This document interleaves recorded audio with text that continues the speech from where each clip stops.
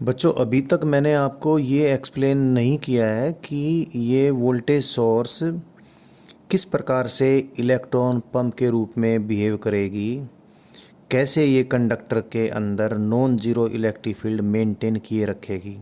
वो अभी मैं क्लियर करता हूँ। जब ये सारी चीज़ क्लियर हो जाएगी तो ये सब कुछ हमें समझ में आ जाएगा कि कैसे कोई वोल्टेज सोर्स एक सीट ऑफ ईएमएफ के रूप में वर्क करती हुई एक सर्किट डेवलप करेगी, इलेक्ट्रिकल सर्किट, और उस इलेक्ट्रिकल सर्किट में करंट बहता रहेगा और वो करंट बहाने में वोल्टेज सोर्स ने कैसे क्या कुछ रोल प्ले करना है वो अभी क्लियर हो जाएगा। पहले तो एक चीज़ मैं आपको बता दूं, इस वोल्टेज सोर्स के अंदर, इस वोल्टेज सोर्स के अंदर अगर हम बाहर से कोई और एक्सटर्नल किसी एजेंसी की हेल्प नहीं लेते हैं तो इस वोल्टेज सोर्स के अंदर जो इलेक्ट्रोस्टैटिक फील्ड डेवलप हुई पॉजिटिव प्लेट से नेगेटिव प्लेट की तरफ, उसकी मैक्सिमम वैल्यू जिसको मैंने ई नोट लिखा था वो chemical force per unit positive charge के बराबर है। केमिकल फोर्स इस केमिकल सेल में कोई और वोल्टेज सोर्स है तो कोई और नॉन इलेक्ट्रोस्टैटिक ओरिजिन का फोर्स होगा। ये तो कांस्टेंट है, जो भी कुछ है ये कांस्टेंट है। और इस इलेक्ट्रिक फील्ड की मैक्सिमम वैल्यू ये जो अधिक से अधिक कितनी हो सकती है वो किस पे डिपेंड करेगी कि पॉजिटिव चार्ज एक्स पे कितना है और नेगेटिव चार्ज वाई पे कितना है। और एक्स पे यदि पॉजिटिव चार्ज और वाई पे यदि नेगेटिव चार्ज कम हो जाता है तो ये इलेक्ट्रोस्टैटिक फील्ड की वैल्यू कम हो जाएगी। एक चीज़ और भी मैं रिपीट कर देता हूँ कि इस इलेक्ट्रोलाइट ए बी के अंदर इस इलेक्ट्रोलाइटिक मॉलिक्यूल का डिसोसिएशन होकर यानी केमिकल रिएक्शन होकर आयन रिलीज होते रहे और चार्ज सेपरेशन होता रहा, और ये तब तक हुआ जब तक इलेक्ट्रोस्टैटिक फील्ड की वैल्यू अपनी मैक्सिमम वैल्यू तक नहीं पहुंच जाती है, तब तक ये हुआ। जैसे ही ये सिचुएशन डेवलप होती है फर्दर चार्ज सेपरेशन बंद हो जाता है, यानी इलेक्ट्रोलाइट फर्दर आइंस के अंदर डिसोशिएट होना बंद हो जाता है, यानी केमिकल रिएक्शन इसमें स्टॉप हो जाती है। अब जो बात आपने समझनी है वो ध्यान से सुने। ये जो इलेक्ट्रोस्टैटिक फील्ड इसके अंदर है, इस इलेक्ट्रोस्टैटिक फील्ड की इतनी औकात नहीं है कि पॉजिटिव चार्ज को ये अपनी तरफ चला सके, यानी एक्स से पॉजिटिव चार्ज को उतार के ये वाई पे लेकर जा सके। सपोज ये ले गई, अगर सपोज इसकी इतनी औकात डेवलप हो जाती है, suppose it becomes so much capable that it can transfer positive charge from X to Y, which तकरीबन सिचुएशन में electric field electrostatic field positive charge को अपनी डायरेक्शन में चला ले जाती है। या नहीं कर सकती है। क्यों नहीं कर सकती? अगर बाय द वे इसने पॉजिटिव चार्ज को एक्स से वाई की तरफ चला दिया तो क्या होगा? एक्स पे पॉजिटिव चार्ज कम हो जाएगा, वाई पे नेगेटिव चार्ज कम हो जाएगा। जैसे ही ऐसा होगा इलेक्ट्रिक फील्ड अपने आप ही ये कमज़ोर हो जाएगी। इलेक्ट्रिक फील्ड अपने आप ही कमज़ोर हो जाएगी तो, और आपको मालूम है केमिकल फोर्स तो जितना है उतना पहले से ही है, यानी केमिकल फोर्स जो कि पॉजिटिव चार्ज को वाई से एक्स की तरफ ट्रांसफ़र करता है वो तो ज़्यादा हो गया, वो तो जितना है उतना है ही। लेकिन इलेक्ट्रिक फील्ड जो कि केमिकल फोर्स को वाई से एक्स की तरफ charge transfer positive charge transfer करने के लिए रोके हुई थी, वो इलेक्ट्रिक फील्ड कम हो गई। तो जैसे ही ऐसा होगा दोबारा से ए बी का मॉलिक्यूल डिसोसिएट होगा, आइंस प्रोड्यूस होंगे, और वो आइंस प्रोड्यूस होंगे और जो केमिकल फोर्स है वापस से पॉजिटिव चार्ज को वाई से एक्स पे रख देगा। मतलब ये केमिकल ये इलेक्ट्रोस्टैटिक फील्ड, सपोज मैंने ये मान लिया कि ये इतनी काबिल बन जाती है कि एक्स से वाई की तरफ पॉजिटिव चार्ज ले गई तो इसकी काबिलियत थोड़ी देर में ही टाइम फीस उसकी हो जाएगी। क्या? केमिकल फोर्स वापस से पॉजिटिव चार्ज को वाई से एक्स पे ले आएगा। तो मतलब ये कि ये इलेक्ट्रोस्टैटिक फील्ड इस सेल के अंदर वोल्टेज सोर्स के अंदर इसके पॉजिटिव टर्मिनल से नेगेटिव टर्मिनल की तरफ अंदर ही अंदर पॉजिटिव चार्ज को शिफ्ट नहीं कर सकती है। हाँ, ऐसी सिचुएशन हम आगे लर्न करेंगे जिसमें इस सेल के बाहर से ही किसी एजेंसी के सहायता से, किसी और बड़ी वोल्टेज सोर्स की सहायता से हम पॉजिटिव चार्ज को एक्स से वाई की तरफ चलवा सकें, लेकिन फ़िलहाल इसके अंदर तो नहीं चल सकता है। इतनी बात क्लियर हो गई। अब देखते हैं इसका सही जिस काम के लिए इसको बनाया है वो ये अपना किस प्रकार से काम निभाती है, कैसे काम करती है। सपोज अब हमने इसके दोनों टर्मिनल्स को किसी कंडक्टर के दो एंड्स के साथ कनेक्ट कर दिया। या तो ये कंडक्टर है जो मैंने यहाँ पर शो किया है, या कोई और इलेक्ट्रिकल अप्लायंस है। इस सारी बात का मायना क्या है अभी क्लियर हो जाएगी। तो देखें ज़रा, इस अभी मैंने बताया इस सेल के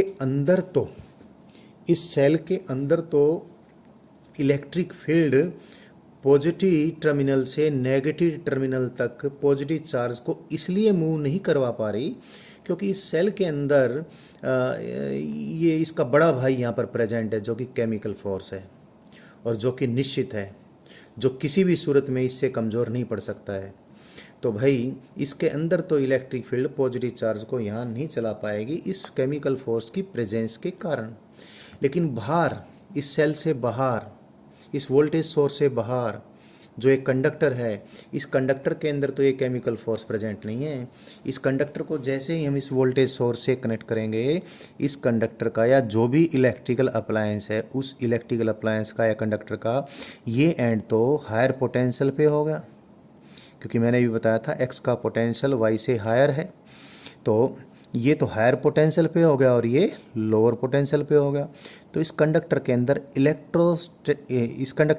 इलेक्ट्रिक फील्ड डेवलप हो जाएगी हायर पोटेंशियल से लोअर पोटेंशियल की तरफ। अब जैसे ही ये इलेक्ट्रिक फील्ड डेवलप होगी, इस कंडक्टर में फ्री इलेक्ट्रॉन्स इस लोअर पोटेंशियल वाले एंड से हायर पोटेंशियल वाले एंड की तरफ चलेंगे। तो जैसे ये इलेक्ट्रॉन यहाँ पर चलेंगे, ये इन इलेक्ट्रॉन्स को ये पॉजिटिव चार्ज सक कर लेगा, या फिर यूँ कह लीजिए क्योंकि इलेक्ट्रॉन्स किधर चलेंगे, इलेक्ट्रिक फील्ड के अपोजिट चलेंगे, तो इलेक्ट्रिक फील्ड के अपोजिट इलेक्ट्रॉन चलते हुए यहाँ पर आ जाएंगे, यानी इलेक्ट्रॉन्स यहाँ पर अक्यूमुलेट नहीं हो पाएंगे। इलेक्ट्रॉन्स को कौन सक कर लेगा, इस वोल्टेज सोर्स का पॉजिटिव टर्मिनल सक कर लेगा। तो इलेक्ट्रॉन्स यहाँ से सक करके इस पॉजिटिव टर्मिनल ने यहाँ से सक कर लिए, और इन इलेक्ट्रॉन्स को जैसे ही सक करेगा, देखो ये यहाँ पर जो पॉजिटिव चार्ज डेवलप हुआ इलेक्ट्रॉन के यहाँ जाने से, ये पॉजिटिव चार्ज वाई प्लेट से इलेक्ट्रॉन्स को सक कर लेगा। तो जितने इलेक्ट्रॉन्स यहाँ से शिफ्ट होकर यहाँ पर आए वो यहाँ पर अक्यूमुलेट नहीं हो पाएंगे। उन इलेक्ट्रॉन्स को कौन सक कर लेगा, ये इसका पॉजिटिव टर्मिनल या इसका पॉजिटिव इलेक्ट्रोड या इसकी पॉजिटिव प्लेट सक कर लेगी। और यहाँ पर जो पॉजिटिव चार्ज बिल्डअप हुआ था इलेक्ट्रॉन्स के यहाँ शिफ्ट होने के कारण से, वो इसलिए बिल्ड नहीं हो पाएगा कि ये पॉजिटिव चार्ज इस वाई प्लेट से इलेक्ट्रॉन्स को सक कर लेगा। इसका मतलब ये हुआ। और अच्छा, उसके बाद फिर क्या होगा, जैसे इससे कुछ इलेक्ट्रॉन्स इधर जाएंगे और इससे इलेक्ट्रॉन्स यहाँ पर आ जाएंगे, तो एक्स प्लेट पे तो पॉजिटिव चार्ज कम हो जाएगा और वाई प्लेट पे नेगेटिव चार्ज कम हो जाएगा। ऐसा होते ही इस सेल के अंदर इलेक्ट्रिक फील्ड कम हो जाएगी। इलेक्ट्रिक फील्ड कम होने का मतलब ये केमिकल फोर्स वापस अपना रोल प्ले करना शुरू कर देगा, वापस इसके अंदर रिएक्शन होनी शुरू हो जाएगी। और रिएक्शन होना शुरू होने का मतलब पॉजिटिव चार्ज यहाँ से इधर कन्वेंशनल बात करें, और जैसे मैं नेगेटिव चार्ज की भाषा में बात करूँ तो जैसे ही रिएक्शन होनी शुरू होगी, ये केमिकल फोर्स क्या करेगा, एक्स से इलेक्ट्रॉन्स सक करके वाई पे छोड़ना शुरू कर देगा। तो जैसे ही इस वोल्टेज सोर्स के दोनों टर्मिनल्स को हमने किसी कंडक्टर के दो एंड से कनेक्ट किया, तो उस कंडक्टर के अंदर ये voltage source electric field develop करेगी। तो वो इलेक्ट्रिक फील्ड जीरो नहीं हो पाएगी। इसलिए जीरो नहीं हो पाएगी क्योंकि इस इलेक्ट्रिक फील्ड के कारण से जितने इलेक्ट्रॉन इसके अपोजिट चलने शुरू हुए, वो इलेक्ट्रॉन जैसे ही एक्स पे आएंगे, वाई से चल के आएंगे, वाई पे नेगेटिव चार्ज और एक्स पे पॉजिटिव चार्ज कम हो जाएगा। ये इसके अंदर इलेक्ट्रिक फील्ड सेल के अंदर कम हो जाएगी। इसके अंदर इलेक्ट्रिक फील्ड कम होने के कारण से केमिकल फोर्स अपना रोल प्ले करेगा और केमिकल फोर्स एक्स से इलेक्ट्रॉन सक कर लेगा, उतने ही जितने की एक्स ने इस कंडक्टर के इस एंड से सक किए थे, और उन इलेक्ट्रॉन्स को सक करके वाई पर छोड़ देगा। और वाई पे कितने इलेक्ट्रॉन छोड़ देगा, उतने ही छोड़ देगा जितने वाई से इस कंडक्टर ने यहाँ पर सक किए थे। तो जितने इलेक्ट्रॉन्स वाई से इस कंडक्टर के अंदर फ्लो होकर एक्स पे आए, उतने ही फिर एक्स से सक करके इस केमिकल फोर्स ने वाई पर छोड़ दिया। इस प्रकार से इलेक्ट्रॉन्स इस सर्किट में लगातार चलते चले जाएंगे। इलेक्ट्रॉन सेल के बाहर तो किधर चलेंगे, वाई से एक्स की तरफ, और सेल के अंदर किधर चलेंगे, एक्स से वाई की तरफ। और इस प्रकार से ये सेल इलेक्ट्रॉन्स की पंपिंग करता रहेगा इलेक्ट्रिक फील्ड के अपोजिट एंड्स पे, जहाँ पर इलेक्ट्रॉन्स डेवलप हुए थे, डिपॉजिट होना चाह रहे थे, उसको सक करके यानी पंप आउट करके वापस से कहाँ छोड़ देगा, जिस एंड से इलेक्ट्रॉन चले थे। इस प्रकार से voltage source electron suction pump के रूप में बिहेव करेगी। और इसी कारण से ये वोल्टेज सोर्स इस कंडक्टर के अंदर नॉन जीरो डेफिनेट अमाउंट की इलेक्ट्रिक फील्ड मेंटेन किए रखेगी। और जो मैंने आपको बताना था किस प्रकार से इसने किया है, ये मैंने बता दिया। लेकिन अभी थोड़ी सी बात और भी रहती है। ये जो इलेक्ट्रॉन्स इसमें इस प्रकार से चले, यानी वाई से एक्स की तरफ, तो सेल वोल्टेज सोर्स के बाहर, और अंदर एक्स से वाई की तरफ इलेक्ट्रॉन्स एक बार हमने ज़रूर बताने थे, क्योंकि सही बात इलेक्ट्रॉन्स के फॉर्मेशन में आती है। लेकिन अब मैं कन्वेंशनल करंट यानी पॉजिटिव चार्ज की भाषा में बात करूं तो आपको बता दूं कि मुझे इलेक्ट्रॉन्स के मोशन से अपोजिट भाषा बात करनी पड़े, अपोजिट लैंग्वेज यूज़ करनी पड़ेगी। इलेक्ट्रिक फील्ड इस सेल के बाहर एक्स से वाई की तरफ डेवलप हुई है, तो ये इलेक्ट्रिक फील्ड पॉजिटिव चार्ज को एक्स से वाई की तरफ चलाएगा। एक्स पे पॉजिटिव चार्ज कम हो जाएगा, वाई पे नेगेटिव चार्ज कम हो जाएगा।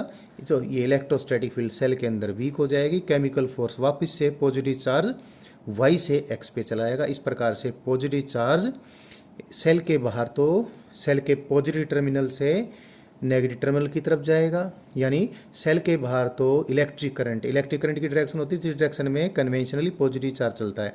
तो सेल के बाहर तो करंट फ्लो होगा एक्स से वाई की तरफ थ्रू दिस कंडक्टर, और सेल के अंदर करंट फ्लो होगा वाई से एक्स की तरफ। अब वाई और एक्स के बजाय मैं पॉजिटिव और नेगेटिव टर्मिनल की बात कर लूँ, यानी वोल्टेज सोर्स के बाहर जिस भी अप्लायंस को वोल्टेज सोर्स से हमने कनेक्ट किया है, जिस भी कंडक्टर को, उस कंडक्टर में सेल के बाहर करंट फ्लो होगा सेल के पॉजिटिव टर्मिनल से नेगेटिव टर्मिनल की तरफ, और सेल के अंदर फ्लो होगा सेल के नेगेटिव टर्मिनल से पॉजिटिव टर्मिनल की तरफ।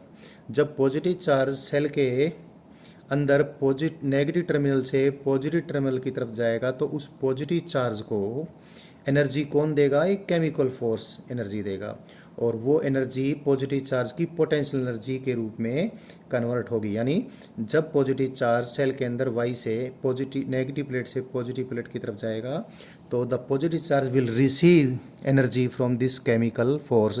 यहाँ पर जो भी एनर्जी रिलीज हो रही है उससे, और वो उतनी जो एनर्जी रिलीज करेगा वो यूनिट पॉजिटिव चार्ज जितनी एनर्जी रिलीज करेगा, एनर्जी रिसीव करेगा, वो इसके दोनों टर्मिनल्स के बीच पोटेंशियल डिफरेंस के रूप में होगी। तो पॉजिटिव चार्ज वाई से एक्स के रूप में, वाई से एक्स तक यानी नेगेटिव से पॉजिटिव प्लेट की तरफ जाएगा सेल के अंदर, तो उसकी पोटेंशियल एनर्जी इंक्रीज होगी। और जब ये सेल के बाहर पॉजिटिव टर्मिनल से नेगेटिव टर्मिनल की तरफ पॉजिटिव चार्ज जाएगा थ्रू दिस कंडक्टर और अदर इलेक्ट्रिकल अप्लायंस, तो वो पोटेंशियल एनर्जी पॉजिटिव चार्ज की उसकी काइनेटिक एनर्जी के रूप में कन्वर्ट हो जाएगी, और वो चलते हुए चार्जेस की काइनेटिक एनर्जी ये इलेक्ट्रिकल अप्लायंस यूज करके किसी और फॉर्म की एनर्जी में कन्वर्ट कर लेगा। पॉजिटिव चार्ज की भाषा में भी बात कर सकते हैं इस प्रकार की, या इलेक्ट्रॉन्स की भाषा में भी बात कर सकते हैं।